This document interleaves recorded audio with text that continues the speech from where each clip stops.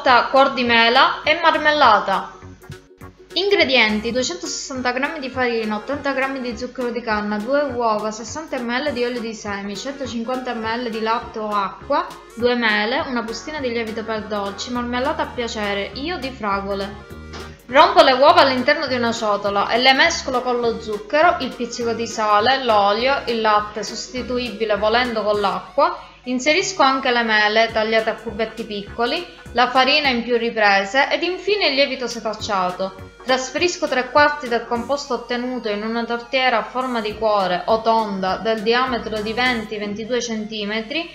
Aggiungo delle cucchiaiate di marmellata, io ho scelto quella alle fragole, che crea un bellissimo contrasto cromatico. Copro con il restante impasto e con altra marmellata e cuocio nel forno preriscaldato a 180 gradi per mezz'ora.